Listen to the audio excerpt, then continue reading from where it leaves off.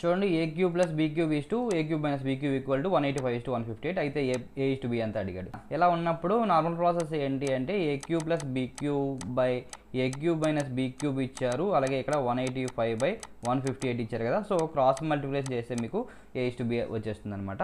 So ఇలా కాకుండా నార్మల్గా ఏంటి అంటే మీరు సింపుల్గా చేసుకోవచ్చు. చూడండి ఇక్కడ ఏలు రెండు ప్లస్లో ఉన్నాయి కదా. సో మనం ఏ కావాలి అంటే క్యూబుల్లో ఉంది కాబట్టి మనకి ఏ క్యూబ్ వస్తుందండి ముందు. ఓకే, ఈ రెండు కలపాలి. ఓకేనా, 185/158 కలపాలి. ఎంత అవుతుంది? 343 అవుతుంది. అలాగే బీ క్యూబ్ కావాలి అంటే ఒక ప్లస్ ఒక మైనస్ ఉంది కాబట్టి ఇక్కడ మైనస్ చేయాలి. 185 - 158 27 అవుతుంది. So a cube by b cube equal to 343/27 అవుతుంది. అలాగే మనం ఏ బై బీ కావాలంటే క్యూబ్స్ అటువైపు వెళ్ళిపోతే క్యూబ్ రూట్ ఆఫ్ 343/27 అవుతుంది. సో 343కి క్యూబ్ రూట్ ఎంత అవుతుందండి? 7 క్యూబ్ 343, 27కి 3 క్యూబ్ 27 కాబట్టి సో 7:3 ఆన్సర్ అవుతుంది.